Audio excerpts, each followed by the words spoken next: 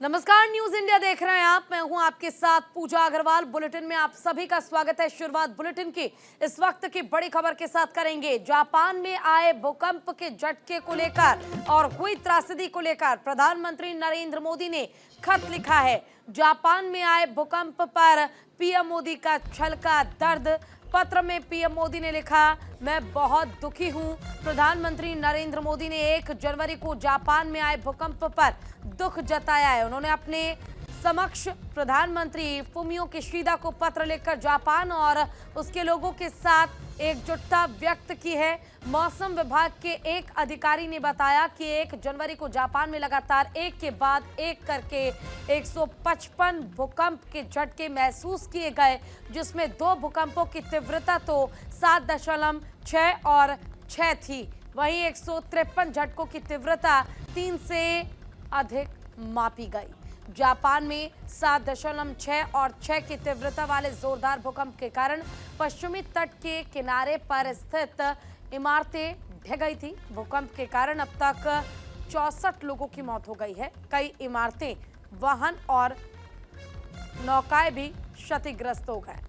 अधिकारियों ने भूकंप के खतरे को देखते हुए चेतावनी जारी कर क्षेत्र में लोगों को अपने घरों से दूर रहने को कहा था। तो इस वक्त की बड़ी और अहम जानकारी हम आपको दे रहे हैं। देखिए, जापान में 1 जनवरी को जो भूकंप के झटके महसूस किए गए थे और सुनामी की चेतावनी भी दी गई थी, उसको लेकर प्रधानमंत्री नरेंद्र मोदी ने दुख व्यक्त किया और साथ ही पीएम मोदी ने कहा कि हम जापान के साथ हैं और हर स्थिति में हम जापान का सहयोग करेंगे। तो प्रधानमंत्री नरेंद्र मोदी ने दुख व्यक्त किया है। जापान में 153 भूकंप के झटके महसूस किए गए 1 जनवरी को।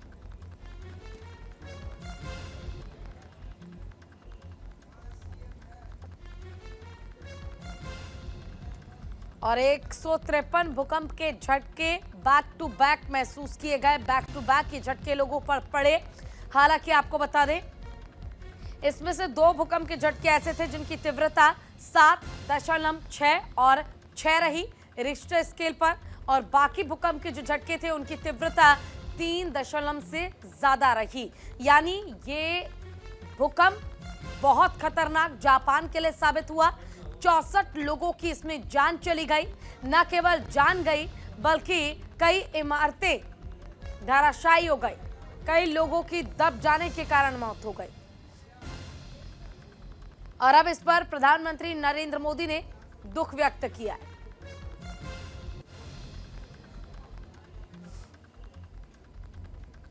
तो पीएम मोदी ने जापान के पीएम को पत्र लिखा है और जापान के पीएम को पत्र लिखने के साथ ही दुख व्यक्त किया है प्रधानमंत्री नरेंद्र मोदी ने, जिसमें उन्होंने साफ तौर पर कहा कि हर तरफ से और हर तरीके से जापान की मदद के लिए भारत तैयार है। रुक करते अगली खबर का। गृह मंत्री अमित शाह का जयपुर दौरा। सीएम भजनलाल शर्मा ने किया स्वागत। डीजीआईजी कॉन्फ्रेंस में शामिल हुए अमित शाह। तो ये इस वक्त की बड़ी और अहम जानकारी हम आपको दे रहे हैं। सीएम भजनलाल शर्मा ने किया स्वागत। डीजीआईजी कॉन्फ्रेंस में शामिल हुए अमित शाह।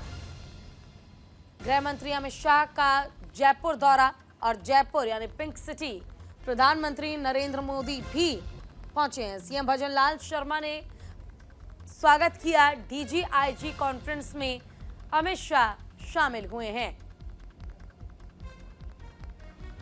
तो देखिए, तस्वीर हम आपको दिखा रहे हैं। जब केंद्रीय गृह मंत्री अमित शाह पहुंचे थे जयपुर, तो उनका स्वागत किया गया। खुद मुख्यमंत्री भजनलाल शर्मा ने अमित शाह का स्वागत किया और स्वागत करने के साथ ही डीजी और आईजी के साथ जो बैठक होनी थी, उस बैठक में भी शामिल हुए गृह मंत्री अमित शाह।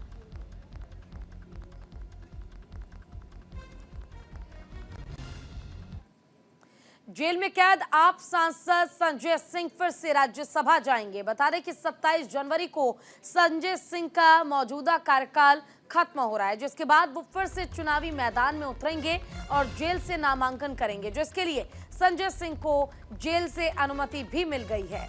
तो तिहाड़ जेल से राज्यसभा के लिए भरेंगे पर्चा। जेल से नामांकन दाखिल करने की अनुमति भी संजय सिंह को मिल गई है। शराब घोटाला मामले में संजय सिंह अभी जेल में है और जेल में रहते हुए ही 27 जनवरी को उनका जो कार्यकाल है वो खत्म हो जाएगा सांसद के तौर पर, लेकिन जेल के अंदर रहकर ही वो वहां से नामांकन पर्चा दाखिल करेंगे और नामांकन पर्चा भरने के साथ ही चुनाव में भी वो मौजूद रहेंगे।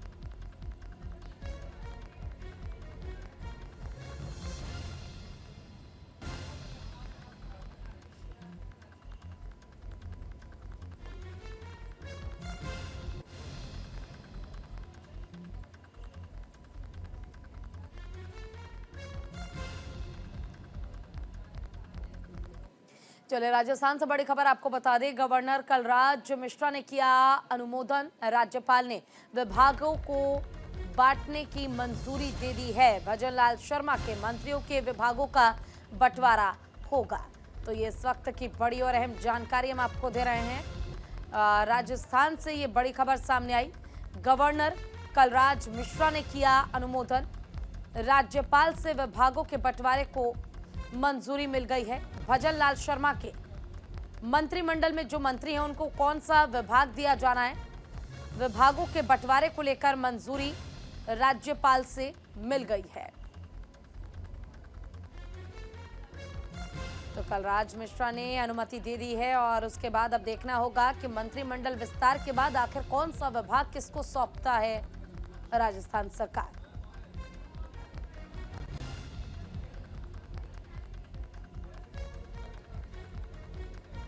वहीं पंजाब कांग्रेस की बड़ी बैठक आज। अंदरूनी कलह को सुलझाने की होगी कोशिश। पंजाब प्रभारी देवेंद्र यादव इस दौरान मौजूद रहेंगे। प्रभारी पंजाब कांग्रेस के नेताओं से करेंगे बात।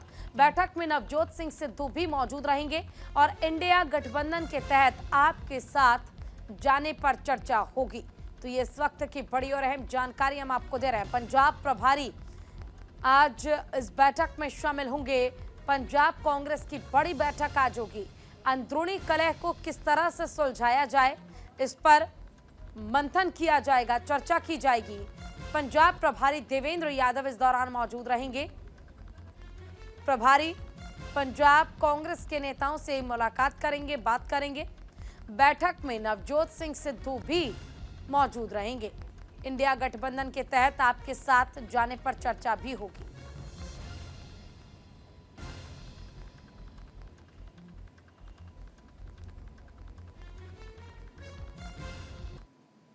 केंद्रीय मंत्रिमंडल ने अयोध्या हवाई अड्डे को अंतर्राष्ट्रीय हवाई अड्डा घोषित करने और इसका नाम महर्षि वाल्मीकि अंतर्राष्ट्रीय हवाई अड्डा अयोध्या धाम रखने के प्रस्ताव को मंजूरी दे दी है। प्रधानमंत्री नरेंद्र मोदी की अध्यक्षता में हुई मंत्रिमंडल की बैठक में यह निर्णय लिया गया।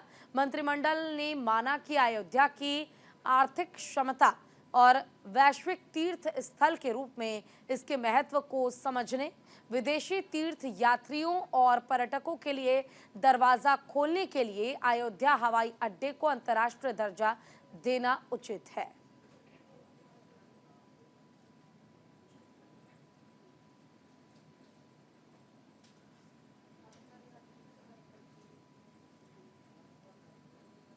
वहीं 22 जनवरी को भगवान राम की प्राण प्रतिष्ठा होने वाली है, जिसको लेकर तैयारियां जोरों पर है। भगवान राम के जलाभिषेक के लिए जहां अलग अलग जगहों से शुद्ध जल पहुंचाए जा रहे हैं, वहीं नेपाल के जनकपुर से अयोध्या के लिए जनकपुर वासी सनेश लेकर पहुंच रहे हैं।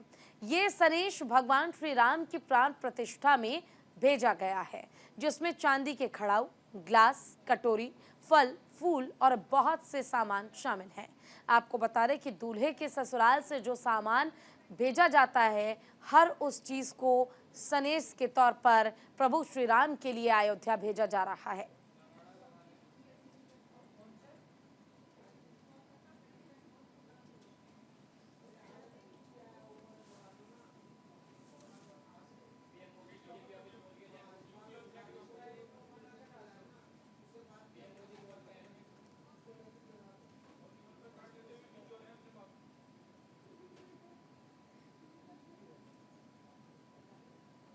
तो तस्वीर हम आपको दिखा रहे हैं। देखिए, प्रभु श्री राम के लिए अयोध्या संदेश भेज रहे हैं नेपाल के लोग, और नेपाल के लोगों का कहना है कि जब माँ जानकी यहाँ हैं तो ससुराल उनके लिए सामान जाना बहुत ज़्यादा ज़रूरी है, क्योंकि प्रभु श्री राम को नेपाल के लोग दामाद मानते हैं। और दामाद मानने के साथ ही शादी के दौरान जो तमाम चीज़ें भेजी जाती हैं, वो हर एक चीज़, चाहे फिर वो चांदी के खड़ाऊ हों, फिर चाहे वो फूल हों, उनके लिए अलग अलग व्यंजन हों, तमाम चीज़ें प्रभु श्री राम के लिए अयोध्या भेजी जा रही है।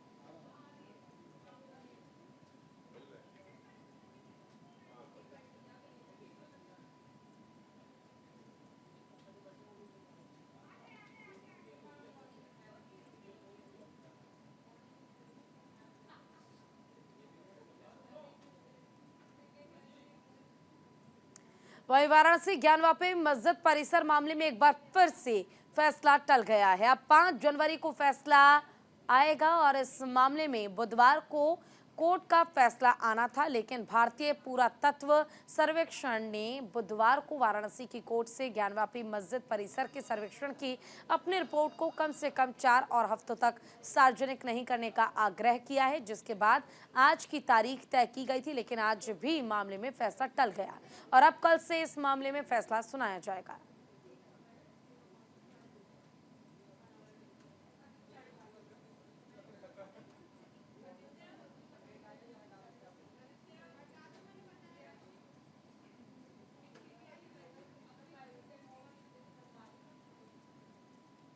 खबर यूपी के मेरठ से है, जहां पर एसडीएम ऑफिस के बाहर किसान जगवीर ने खुद को आग के हवाले कर दिया।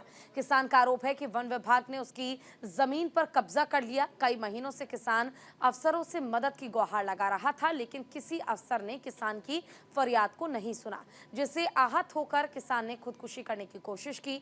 आग से उसकी हालत काफी ज्यादा गंभीर हो गई है। गंभीर हालत में किसान को अस्पताल भेज दिया गया, उसका इलाज चल रहा है।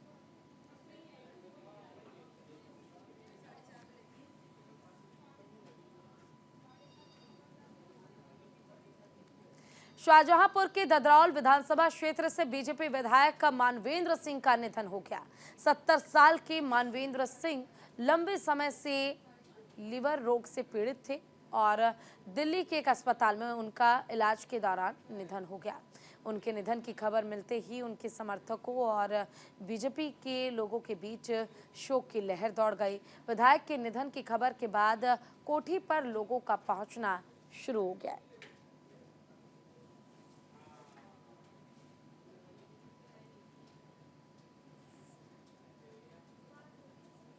वहीं कानपुर में मौसम ने एक बार फिर से करवट ली है। अब मौसम में ठंड के साथ ही बारिश का कहर भी लोगों को झेलना पड़ेगा। हालांकि 2 दिन पहले भी कानपुर में झमाझम बारिश हुई थी। फिलहाल मौसम की मार गरीबों और असहाय लोगों को झेलनी पड़ रही है, और ठंड से अब तक शहर में कई मौतें हो चुकी हैं।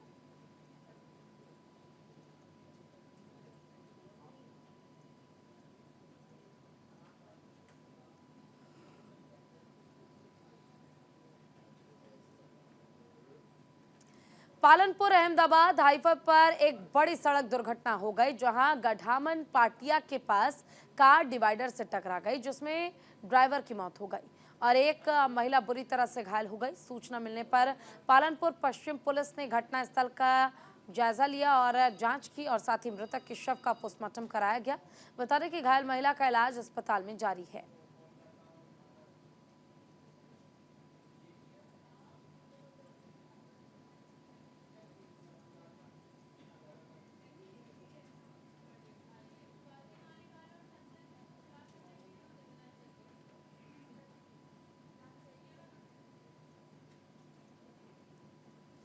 गुजरात के सीएम भूपेंद्र पटेल ने अहमदाबाद से अयोध्या के लिए रथ को हरी झंडी दिखाकर रवाना किया। भूपेंद्र पटेल ने 450 किलोग्राम वजनी विशेष नगाड़ा लेकर रथ को हरी झंडी दिखाई। बता दें कि इस रथ का वजन 700 किलोग्राम है, और इसे अयोध्या में राम मंदिर के लिए अखिल भारतीय दवगर समाज ने बनाया है।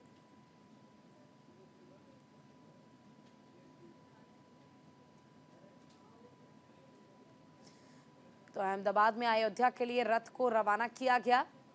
गुजरात के सीएम ने रथ को हरी झंडी दिखाई और देखिए रथ भी आपके सामने हम आपको दिखा रहे हैं। 450 किलोग्राम का विशेष नगाड़ा बजाकर इसे रवाना किया गया है।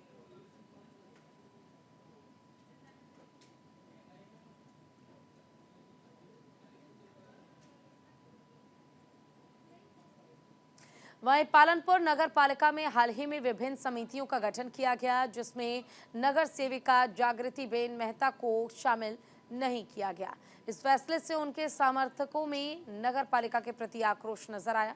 लोगों का आरोप है कि किसी भी तरह की प्रतिभा और वरिष्ठता को देखे बिना नियुक्तियां की गई हैं। लोगों ने कहा कि जागृति बेन अपने क्षेत्र में लगातार अच्छे कार्य करते हुए लोगों को न्याय दिलाने में महत्वपूर्ण भूमिका निभा रही हैं, लेकिन कमेटी नहीं देकर उनके साथ अन्याय किया गया।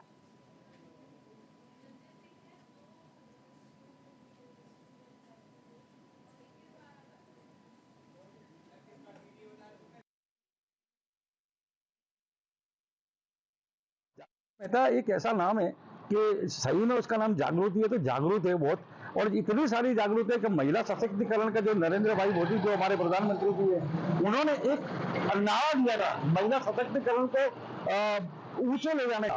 तो उसको अगर सही तरीके से अगर उसको पूर्ण करती है तो ये जागृति मेहता करती है। जागृति मेहता एक ऐसी युवा महिला है कि जिसने रात दिन एक करा है भाजपा के लिए। भाजपा के हर छोटे बड़े चुनाव में के अंदर, भाजपा के हर विधानसभा के चुनाव के अंदर उसने रात दिन देखा नहीं है, अपने बच्चों को अपने पति को देखा नहीं है, और वो अकेली एक ऐसी महिला थी कि जो पार्टी के लिए दिन रात एक किया है। और छोटे से छोटे हर कम्युनिटी को मिल के भाजपा को वोट देने के लिए जो इसने मेहनत करी है।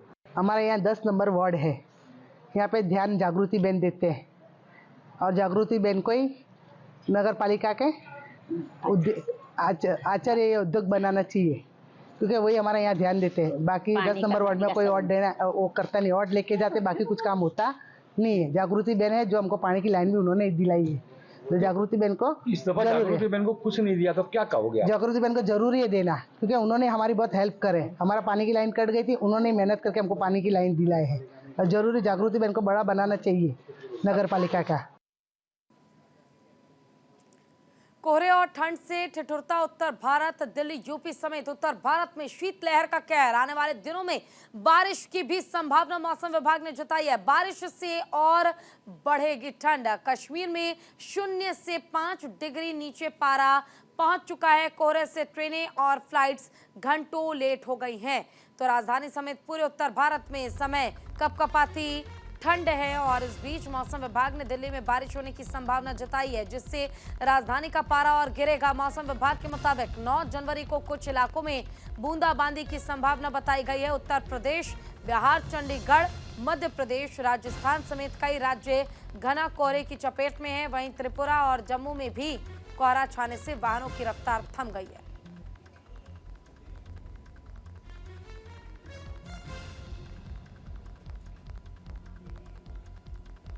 तो देखिए मौसम विभाग ने येलो अलर्ट जारी कर दिया है। येलो अलर्ट का मतलब ये कि ना केवल आपको ठंड का सामना करना पड़ेगा, बल्कि ठंड के बीच बूंदाबांदी होगी, और बूंदाबांदी होने के कारण ठंड और ज़्यादा बढ़ेगी। फॉग जो है यानी कोहरा वो भी काफ़ी ज़्यादा बढ़ेगा। विजिबिलिटी लेवल उतना ही कम होगा।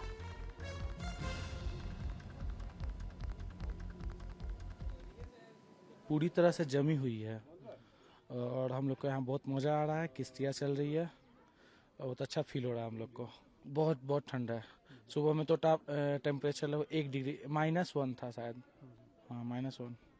और यहाँ पूरी तरह से डल लेक है जो जमा हुआ है, और काफ़ी ठंड है यहाँ पे, -1 डिग्री है। और आगे देखते हैं क्या, और मार्केटिंग यहाँ भी कुछ ज़्यादा ही लंबा है। हाँ, ये सब तो यहाँ खुद आकर लिए हैं। ठंड के कारण -1 डिग्री है, और आगे देखते हैं कितना डिग्री जाता है। अभी तो सुबह का टाइम है, इसलिए -1 डिग्री है।